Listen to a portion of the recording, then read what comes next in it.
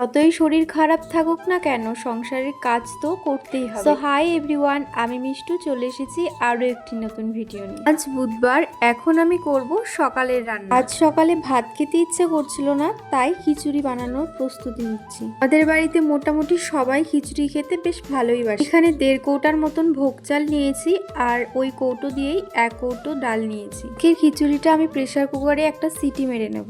অনেকটা লেট হয়ে গেছে, তাই সিটি মারা ছাড়া আমার এখন আর কোনো উপায় নেই। তো যাই হোক, এখন আমি চলে এসেছি ছাদে। আছে দুটো চাল কুমড়ো আছে, দুটোই আমি এখন তুলে নিয়ে যাব। নিজের হাতে গাছের সবজি তুলতে আমার না বরাবর বেশ ভালো লাগে। খাওয়ার থেকেও নিজের হাতে তুলতে আমার বেশি ভালো লাগে। ওরা তো দেখে বুঝতেই পারছো আমি কতটা খুশি। ওদের কয়েকটা গাছে ক্যাপসিকাম হয়ে আছে, সেগুলো তোমাদের আরো একদিন দেখাবো।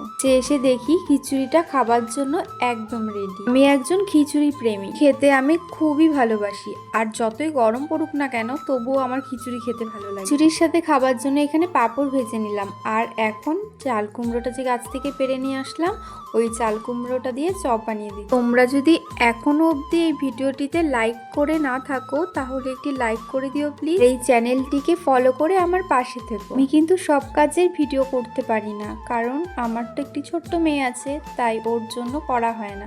যতটুকু ভিডিও ক্লিপ নিতে পারি ততটুকুই তোমাদের সাথে শেয়ার করি। ইচ্ছে করছিল একটু শাড়ি পরবো, তাই শাড়ি পরে নিলাম। আমাকে কেমন লাগছে জানিও, আর আজকের মতো টাটা।